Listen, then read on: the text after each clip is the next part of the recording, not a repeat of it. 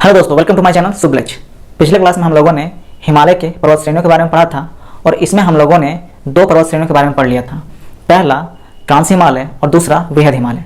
आज के इस वीडियो में हम मध्य हिमालय यानी लघु हिमालय के बारे में पढ़ेंगे और साथ ही शिवालिक हिमालय के बारे में भी चर्चा करेंगे और जानेंगे कि इनसे एग्जाम में किस तरह के सवाल पूछे जाते हैं। तो चलिए दोस्तों, आज की क्लास शुरू करते हैं। सबसे पहले हम लोग चर्चा करते हैं लघु हिमालय की। लघु हिमालय की बात करें तो लघु हिमालय वृहद हिमालय के दक्षिण में पूरब से लेकर पश्चिम तक उसके साथ साथ विस्तृत है। तो लघु हिमालय की बात करें तो उससे पहले हम मैप देखते हैं। तो मैप में हमें सबसे पहले मिलता है ट्रांस हिमालय। जो ये ब्लैक कलर का दिख रहा है ये हमारा ट्रांस हिमालय है।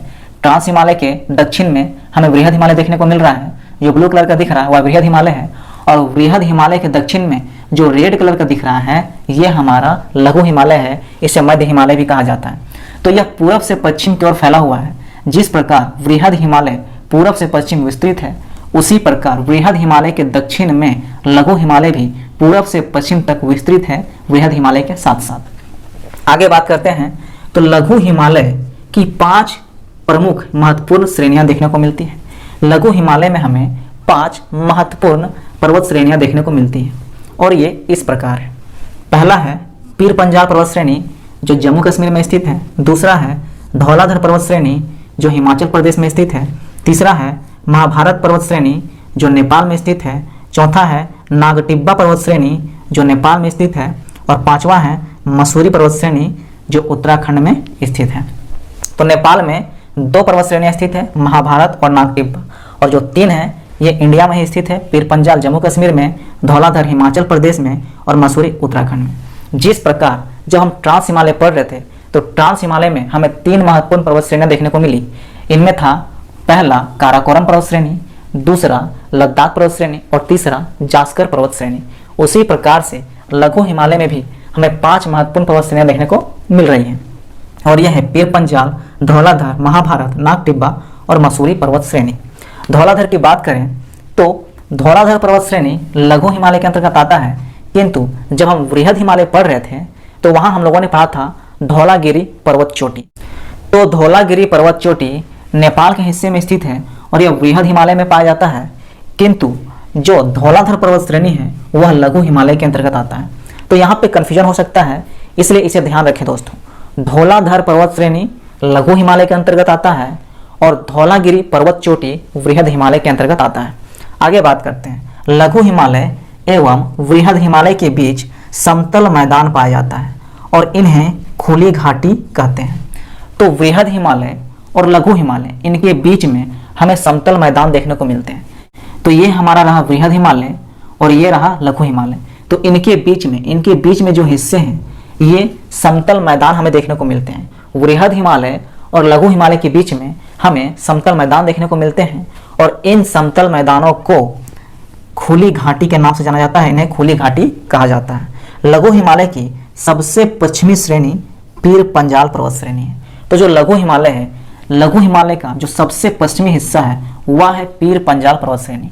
तो ये जो हिस्सा दिख रहा है ये हमारा पीर पंजाल पर्वत श्रेणी है। इसे पी से इंडिकेट कर दिए हैं, तो पी से पीर पंजाल पर्वत श्रेणी। तो लघु हिमालय का सबसे पश्चिमी जो हिस्सा है वह हमारा है पीर पंजाल पर्वत श्रेणी। अब आगे बात करें तो पीर पंजाल पर्वत श्रेणी के उत्तर में श्रीनगर तथा इसके दक्षिण में जम्मू है और यहीं पर वैष्णो देवी मंदिर स्थित है। तो पीर पंजाल पर्वत श्रेणी की बात करें तो ये हमारा रहा पीर पंजाल पर्वत श्रेणी। इसके उत्तर में श्रीनगर है और इसके दक्षिण में जम्मू है और यहीं पे है एक प्रदेश है कटरा और इसी कटरा में वैष्णो देवी मंदिर स्थित है। आगे बात करें तो पीर पंजाल पर ही बनिहाल दर्रा है और जवाहर सुरंग बनिहाल दर्रे में ही स्थित है और बनिहाल दर्रा जम्मू को श्रीनगर से जोड़ता है। तो पीर पंजाल में जम्मू को श्रीनगर से जोड़ता है, यानी श्रीनगर और जम्मू को जोड़ने वाला एक दर्रा है और वह है बनिहाल दर्रा। तो ये बनिहाल दर्रा हमें पीर पंजाल पर्वत श्रेणी में ही देखने को मिलता है और इस बनिहाल दर्रे में जवाहर सुरंग भी स्थित है। तो यहाँ से कई सवाल बन सकते हैं। पहला सवाल कि बनिहाल दर्रा किस पर्वत श्रेणी में स्थित है, तो पीर पंजाल पर्वत श्रेणी में स्थित है। दूसरा सवाल जवाहर सुरंग किस दर्रे में स्थित है, तो बनिहाल दर्रे में स्थित है। अब आगे बात करें तो डल झील पीर पंजाल एवं वृहद हिमालय के मध्य स्थित है। तो डल झील पीर पंजाल पर्वत श्रेणी और जो वृहद हिमालय है इसके बीच में यहाँ पे स्थित है डल झील। ये रहा वृहद हिमालय और ये रहा पीर पंजाल, इसी के मध्य में, इसी के बीच में डल झील स्थित है। तो इस प्रकार से हम लोगों ने पीर पंजाल पर्वत श्रेणी के बारे में समझ लिया। अब आगे हम लोग समझते हैं धौलाधर पर्वत श्रेणी के बारे में। पीर पंजाल पर्वत श्रेणी के जो पूर्वी हिस्से में है, ये रेड वाला भाग, ये है धौलाधर पर्वत श्रेणी। तो अब हम लोग इसके बारे में बात करते हैं। तो धौलाधर पर्वत श्रेणी को हिमाचल हिमालय भी कहते हैं। हिमाचल हिमालय इसलिए कहा जाता है क्योंकि धौलाधर पर्वत श्रेणी पूरी तरीके से हिमाचल प्रदेश में विस्तृत है। इसका विस्तार हमें हिमाचल प्रदेश में देखने को मिलता है, इसीलिए धौलाधर पर्वत श्रेणी को हिमाचल हिमालय भी कहा जाता है। हिमाचल प्रदेश की राजधानी शिमला धौलाधर पर ही स्थित है। तो जो धौलाधर पर्वत श्रेणी है, इसी में हमें हिमाचल प्रदेश की राजधानी शिमला देखने को मिलती है। हिमाचल प्रदेश की राजधानी शिमला धौलाधर पर्वत श्रेणी में ही स्थित है। धौलाधर के पूर्व में मसूरी पर्वत श्रेणी और मसूरी के पूर्व में नेपाल में नागटिब्बा पर्वत श्रेणी और महाभारत पर्वत श्रेणी स्थित है। तो ये हमारा रहा धौलाधर पर्वत श्रेणी। उसके बाद इसके पूर्व में हमें मसूरी पर्वत श्रेणी देखने को मिलता है और मसूरी के पूर्व में नेपाल वाले हिस्से में हमें नागटिब्बा और महाभारत पर्वत श्रेणी देखने को मिलता है। तो ये हमारा रहा नागटिब्बा पर्वत श्रेणी और ये हमारा रहा महाभारत पर्वत श्रेणी। तो बात करें लघु हिमालय की, तो लघु हिमालय में सबसे पश्चिम में हमें पीर पंजाल पर्वत श्रेणी देखने को मिलता है। इसके बाद हमें धौलाधर पर्वत श्रेणी देखने को मिलता है। धौलाधर के बाद हमें मसूरी पर्वत श्रेणी देखने को मिलता है। मसूरी के बाद हमें नागटिब्बा पर्वत श्रेणी देखने को मिलता है और नागटिब्बा पर्वत श्रेणी के बाद हमें महाभारत पर्वत श्रेणी देखने को मिलता है। और ये नागटिब्बा और महाभारत पर्वत श्रेणी नेपाल में स्थित है और पीर पंजाल, धौलाधर और मसूरी पर्वत श्रेणी भारत में स्थित है। अब आगे हम लोग बात करते हैं। तो आगे है लघु हिमालय वर्ष भर हिमाच्छादित नहीं रहते हैं। शीतोष्ण जलवायु का क्षेत्र होने के कारण यहाँ गर्मियों में बर्फ पिघलने लगते हैं। तो जो लघु हिमालय है, ये हमारा रेड वाला लघु हिमालय। तो लघु हिमालय में वर्ष भर हिमाच्छादित नहीं रहते हैं, मतलब वर्ष भर बर्फ से ढके हुए नहीं रहते हैं। तो जब हम ट्रांस हिमालय की बात करते हैं तो ये सालों भर बर्फ से ढके रहते हैं, हिमाच्छादित रहते हैं। और अगर वृहद हिमालय की बात करें तो ये भी सालों भर हिमाच्छादित रहते हैं, बर्फ से ढके हुए रहते हैं। किंतु जब हम लघु हिमालय की बात करते हैं तो लघु हिमालय वर्ष भर हिमाच्छादित नहीं रहते हैं, बर्फ से ढके हुए नहीं रहते हैं। यहाँ शीतोष्ण जलवायु पाई जाती है। शीतोष्ण जलवायु का क्षेत्र मिलता है देखने को लघु हिमालय में, और शीतोष्ण जलवायु के कारण यहाँ गर्मियों में बर्फ पिघलने लगते हैं। तो जो लघु हिमालय है, तो यहाँ हमें शीतोष्ण जलवायु का क्षेत्र देखने को मिलता है और शीतोष्ण जलवायु होने के कारण गर्मियों में लघु हिमालय का जो बर्फ है वह पिघलने लगता है। इसलिए लघु हिमालय में वर्ष भर हिमाच्छादित नहीं रहता है, वर्ष भर बर्फ से ढका हुआ नहीं रहता है। आगे बात करें तो लघु हिमालय की ढालों पर शीतोष्ण मुलायम घास के मैदान पाए जाते हैं। तो यहाँ पे शीतोष्ण जलवायु पाए जाने के कारण वर्ष भर हिमाच्छादित नहीं रहता है, इसलिए यहाँ पे लघु हिमालय में वनस्पतियाँ पाई जाती है। और वनस्पतियों के रूप में क्या पाया जाता है, तो लघु हिमालय में ढालों पर, इसके ढालों पर शीतोष्ण मुलायम घास के मैदान पाए जाते हैं। तो यहाँ से हमें कुछ बातें समझ में आती है। पहला बात कि ट्रांस हिमालय और वृहद हिमालय में सालों भर हिमाच्छादित रहता है, इसलिए यहाँ पे किसी भी प्रकार की वनस्पतियाँ नहीं पाई जाती है। किंतु जो लघु हिमालय है, यहाँ सालों भर हिमाच्छादित नहीं रहती है, क्योंकि यहाँ शीतोष्ण जलवायु का क्षेत्र पाया जाता है। इसलिए गर्मी के दिनों में यहाँ बर्फ पिघलते हैं और शीतोष्ण जलवायु का क्षेत्र पाए जाने के कारण लघु हिमालय में हमें शीतोष्ण मुलायम घास के मैदान देखने को मिलते हैं, यानी शीतोष्ण मुलायम घास के मैदान पाए जाते हैं। और लघु हिमालय के अंतर्गत शीतोष्ण मुलायम घास के मैदानों को जम्मू कश्मीर में मर्ग कहते हैं। तो हमने समझा लघु हिमालय में शीतोष्ण जलवायु क्षेत्र होता है और शीतोष्ण जलवायु क्षेत्र के कारण यहाँ शीतोष्ण मुलायम घास के मैदान पाए जाते हैं और शीतोष्ण मुलायम घास के मैदान को जम्मू कश्मीर में मर्ग कहा जाता है। और यहाँ हमें दो महत्वपूर्ण मर्ग देखने को मिलते हैं जम्मू कश्मीर में, और पहला है गुलमर्ग और दूसरा है सोनमर्ग। तो यहाँ से कई बार एग्जाम में सवाल देखने को मिलते हैं कि गुलमर्ग और सोनमर्ग कहाँ स्थित है, तो जम्मू कश्मीर में स्थित है। अब आगे बात करें तो लघु हिमालय के अंतर्गत शीतोष्ण मुलायम घासों को उत्तराखंड में बुघियाल एवं पयाल के नाम से जाना जाता है। तो अभी हम लोगों ने डिस्कस किया कि शीतोष्ण मुलायम घास के मैदानों को जम्मू कश्मीर में मर्ग कहा जाता है उदाहरण के तौर पे हमें गुलमर्ग और सोनमर्ग देखने को मिले। उसी प्रकार से लघु हिमालय के अंतर्गत ही शीतोष्ण मुलायम घासों को उत्तराखंड में बुग्याल एवं पयाल के नाम से जाना जाता है। तो कई बार यहाँ से सवाल बनते हैं, शीतोष्ण मुलायम घासों को उत्तराखंड में क्या कहा जाता है? तो बुग्याल एवं पयाल कहा जाता है।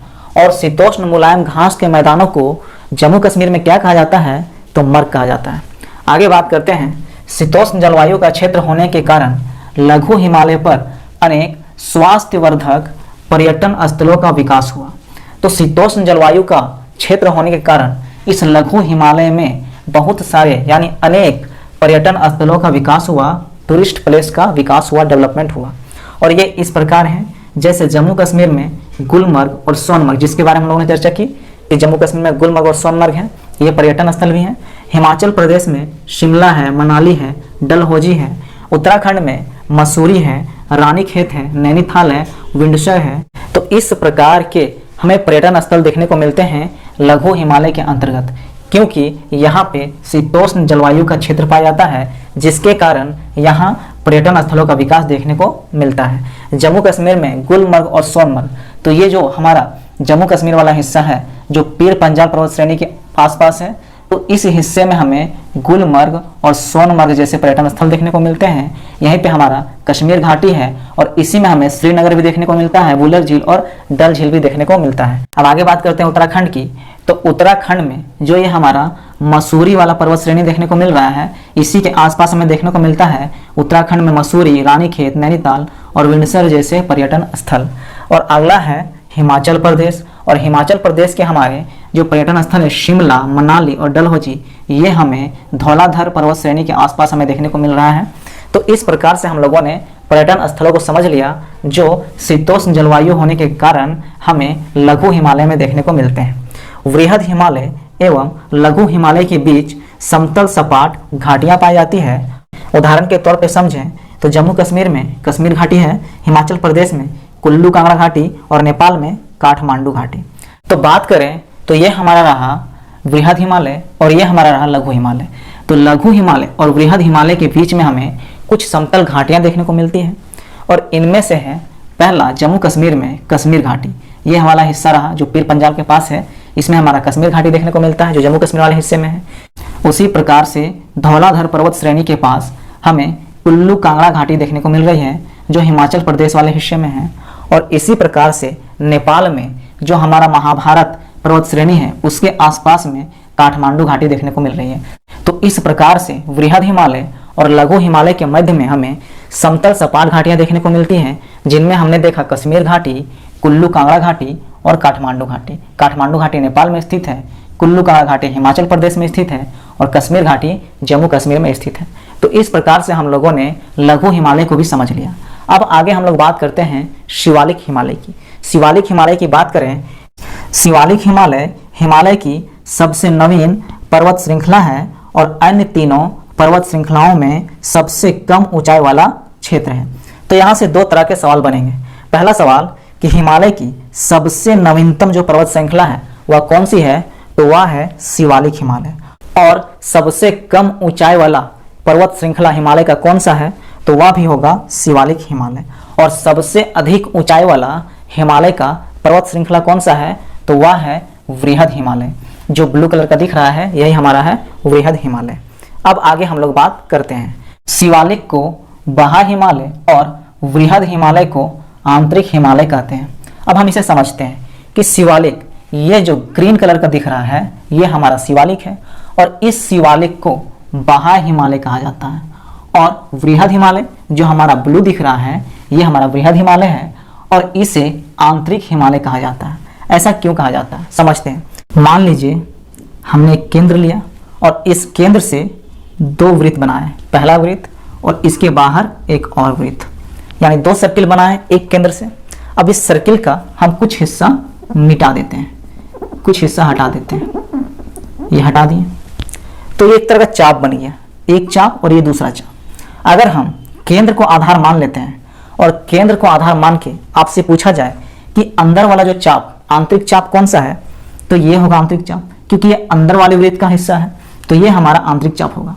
और आपसे पूछा जाए कि बाहरी चाप कौन सा है, तो ये हमारा बाहरी चाप होगा, क्योंकि ये बाहरी वृत्त का हिस्सा है। तो इसी प्रकार से ये जो, मान लीजिए अगर इधर कहीं केंद्र होगा, सेंटर होगा, एक तरह का वृत्त हम समझ लेते हैं, तो ये जो वृत्त का जो ये पार्ट है, ये तो आंतरिक पार्ट होगा, क्योंकि ये अंदर वाला है, ये हमारा बृहद हिमालय रहा, ये आंतरिक पार्ट, तो इसीलिए इसको आंतरिक हिमालय कहा गया। और जो शिवालिक है, ये तो सबसे बाहर वाला पार्ट है, क्योंकि केंद्र तो हमारा यहाँ है, तो केंद्र से जो सबसे नजदीक में है वह आंतरिक चाप हो गया, यानी आंतरिक हिमालय हो गया। और ये सबसे बाहर में है, जो ग्रीन वाला दिख रहा है, जो शिवालिक है, तो ये हमारा हो गया बाह्य हिमालय। जिस प्रकार से यहाँ पे हमारा ये था आंतरिक पार्ट, आंतरिक चाप, और ये था हमारा बाह्य चाप, बाहरी चाप, उसी प्रकार से यहाँ अगर हम सेंटर इधर लेते हैं तो ये हमारा हो गया आंतरिक, तो आंतरिक हिमालय, और ये हमारा हो गया बाह्य, बाहरी, तो बाह्य हिमालय। तो इस प्रकार से हम कह सकते हैं कि शिवालिक को बाह्य हिमालय कहा जाता है और बृहद हिमालय को आंतरिक हिमालय कहा जाता है। शिवालिक हिमालय श्रेणी का स्वतंत्र अस्तित्व कोसी नदी तक ही दिखाई देता है। तो जो शिवालिक हिमालय है, शिवालिक हिमालय का स्वतंत्र अस्तित्व, मतलब ये स्वतंत्र रूप से, शिवालिक हिमालय हमारा स्वतंत्र रूप से, ये कोसी नदी यहाँ है, तो कोसी नदी तक ही हमें दिखाई देता है। ये जो शिवालिक हिमालय है, इसका स्वतंत्र अस्तित्व हमें कोसी नदी तक दिखाई देता है। यहाँ से लेके ये कोसी नदी तक गया, तो यहाँ तक हमें स्वतंत्र रूप से शिवालिक हिमालय दिखाई देता है। किंतु जब कोसी नदी के पूर्वी ओर और आगे बढ़ता है, तो ये इधर जो हिमालय का हिस्सा है वह संकीर्ण होने के कारण ये जो है शिवालिक हिमालय, ये आपका लघु हिमालय से मिल जाता है, जिस वजह से ये स्वतंत्र रूप से अस्तित्व में पूर्वी हिस्से में दिखाई नहीं देता है। इसीलिए शिवालिक हिमालय श्रेणी का जो स्वतंत्र अस्तित्व है वह कोसी नदी तक ही है, कोसी नदी तक ही दिखाई देता है। कोसी नदी के बाद पूर्वी हिस्से में हिमालय संकीर्ण होने के कारण जो शिवालिक वाला हिस्सा है वह लघु हिमालय में मिल जाता है। आगे बात करते हैं, तो कोसी नदी नेपाल से निकलकर भारत के बिहार राज्य में प्रवेश करती है और गंगा नदी से मिल जाती है। तो ये जो कोसी नदी है, ये कोसी नदी नेपाल से निकलती है और नेपाल से निकलकर बिहार में प्रवेश करती है और बिहार में जाके गंगा नदी से मिल जाती है। और इस कोसी नदी के पश्चिमी हिस्से में जो हमारा शिवालिक है वह स्वतंत्र रूप से अस्तित्व में दिखाई देता है, किंतु इस कोसी नदी के पूर्वी हिस्से में शिवालिक स्वतंत्र रूप से नहीं दिखाई देता है, वह लघु हिमालय में मिल जाता है, क्योंकि पूर्वी हिस्से में हिमालय संकीर्ण है। अब आगे बात करें तो अरुणाचल प्रदेश में शिवालिक 4 अलग अलग पहाड़ियों के रूप में बिखरा हुआ नजर आता है, और ये इस प्रकार हैं: डफला, मेरी, अबोर और मिसमी। तो जो ये अरुणाचल प्रदेश में शिवालिक वाला जो हिस्सा है, तो यह 4 अलग अलग पहाड़ियों के रूप में बिखरा हुआ दिखता है। तो जो शिवालिक है वह अरुणाचल प्रदेश में 4 अलग अलग पहाड़ियों के रूप में दिखलाई पड़ता है, जिसमें सबसे पहले अगर इससे हम पूरब से पश्चिम की ओर बात करें तो सबसे पूर्व में हमें दिखता है मिसमी, उसके बाद दिखता है अबोर, उसके बाद दिखता है मेरी, उसके बाद दिखता है डफला। अगर हम पश्चिम से पूरब की ओर बात करें तो सबसे पहले होगा डफला, उसके बाद मेरी, उसके बाद अबोर, उसके बाद मिसमी। ये हमें 4 पहाड़ियाँ नजर आती हैं अरुणाचल प्रदेश में, और ये शिवालिक का हिस्सा है। तो शिवालिक अरुणाचल प्रदेश में 4 पहाड़ियों के रूप में दिखाई देता है, और ये 4 पहाड़ियाँ मिसमी, अबोर, मेरी और डफला है। और ये जो नाम है मिसमी, अबोर, मेरी और डफला, ये अरुणाचल प्रदेश के जनजातियों के नाम है, और इन्हीं के जनजातियों के नाम पे इन पहाड़ियों का नाम रखा गया है, और इन पहाड़ियों में यही जनजातियां निवास करती है। तो ये जो डफला, मेरी, अबोर और मिसमी है, ये अरुणाचल प्रदेश के जनजातियों के नाम हैं, और इन पहाड़ियों का नाम उन जनजातियों के नाम पे रखा गया है, और इन पहाड़ियों में ये सभी जनजातियां ही निवास करते हैं। अब आगे बात करते हैं, लघु हिमालय एवं शिवालिक हिमालय के मध्य घाटियों को उत्तराखंड में दून एवं द्वार कहा जाता है। तो लघु हिमालय, अब ये लघु हिमालय हमारा रहा, लघु हिमालय और शिवालिक के मध्य हमें घाटियां देखने को मिलती हैं, और इन घाटियों को उत्तराखंड में दून एवं द्वार कहा जाता है। जिस प्रकार से लघु हिमालय और बृहद हिमालय के बीच में हमें समतल सपाट घाटियां देखने को मिलती है, उसी प्रकार से लघु हिमालय, ये रेड वाला लघु हिमालय और शिवालिक हिमालय, ग्रीन वाला शिवालिक हिमालय, इनके मध्य में भी हमें घाटियां देखने को मिलती है, और इन घाटियों को उत्तराखंड में दून और द्वार कहा जाता है। एग्जाम्पल के तौर पे समझे, उदाहरण के तौर पे, तो देहरादून और ये हरिद्वार, ये सभी उत्तराखंड में है। तो उत्तराखंड में लघु हिमालय और शिवालिक के मध्य पाए जाने वाले घाटियों को दून एवं द्वार के नाम से जाना जाता है। अब आगे बात करते हैं, तो हिमालय पश्चिमी और पूर्वी छोर पर दक्षिण की ओर मुड़ा हुआ है। पश्चिमी छोर सिंधु गार्ज एवं पूर्वी छोर दिहांग गार्ज के पास स्थित है। दिहांग ब्रह्मपुत्र नदी को कहा जाता है। तो बात करें तो जो हमारा हिमालय है वह पूर्वी हिस्से में दक्षिण की ओर मुड़ा हुआ है और पश्चिमी हिस्से में भी दक्षिण की ओर मुड़ा हुआ है। और जो पूर्वी हिस्से में मुड़ा हुआ है दक्षिण की ओर, वह मुड़ा हुआ है दिहांग गार्ज पे, और जो पश्चिम की ओर मुड़ा हुआ है दक्षिण हिस्से में, वह मुड़ा हुआ है आपका सिंधु गार्ज पे। तो पश्चिम की ओर सिंधु गार्ज पे मुड़ा हुआ है और पूरब की ओर दिहांग गार्ज पे मुड़ा हुआ है। और दिहांग ब्रह्मपुत्र नदी को कहा जाता है। तो कई बार यहाँ से सवाल आते हैं कि ब्रह्मपुत्र नदी को और किस नाम से जाना जाता है, तो दिहांग के नाम से जाना जाता है। अब ये गार्ज, सिंधु गार्ज और पूर्वी हिस्से में दिहांग गार्ज, अब ये गार्ज क्या है? खड़ी ढाल वाले घाटी को, यानी आई आकार वाली घाटी को गार्ज या फिर कैनियन कहा जाता है। तो जो खड़ी ढाल वाली घाटी, एकदम खड़ी घाटी, एकदम इस तरह का स्ट्रेट जो घाटी है, वैसी घाटी, या फिर इसे कह सकते हैं आई आकार वाली घाटी, तो इस तरह की घाटी को गार्ज कहा जाता है और इसे कैनियन भी कहा जाता है। तो जो हिमालय है वह पश्चिम की ओर मुड़ता है सिंधु गार्ज पे, और हिमालय पूर्वी की ओर मुड़ता है दिहांग गार्ज पे। पूर्वी की ओर या दक्षिण की ओर मुड़ता है दिहांग गार्ज, और पश्चिम में मुड़ता है दक्षिण की ओर सिंधु गार्ज पे। आगे बात करते हैं तो एक और बहुत ही महत्वपूर्ण पॉइंट है, और वह है भारत में एंथ्रेसाइट कोयले का भंडार कारगिल में जास्कर पहाड़ी के अंतर्गत पाया जाता है। तो भारत में एंथ्रेसाइट कोयला, जो कोयले का सबसे उत्तम प्रकार का जो कोयला है एंथ्रेसाइट कोयला, इसका भंडार हमें भारत में मिलता है कारगिल में जास्कर पहाड़ी के अंतर्गत। तो ये हमारा जास्कर वाला हिस्सा रहा, तो इसी में हमें कारगिल वाले क्षेत्र में एंथ्रेसाइट कोयला पाया जाता है। तो कई बार यहाँ से सवाल बनता है कि एंथ्रेसाइट प्रकार का कोयला भारत में कहाँ पाया जाता है, तो इसका आंसर होगा कारगिल में जास्कर पहाड़ी के अंतर्गत। तो इस प्रकार से हम लोगों ने आज के इस वीडियो में लघु हिमालय यानी मध्य हिमालय को पढ़ लिया और शिवालिक हिमालय को पढ़ लिया। तो इस प्रकार से हम लोगों ने हिमालय के सभी पर्वत श्रेणियों के बारे में समझ लिया और जान लिया कि यहाँ से किस प्रकार के सवाल बनते हैं। तो आज का वीडियो दोस्तों यही समाप्त होता है दोस्तों। अब हम लोग नेक्स्ट वीडियो में नेक्स्ट टॉपिक के साथ मिलेंगे दोस्तों। तब तक के लिए धन्यवाद दोस्तों। जय हिंद।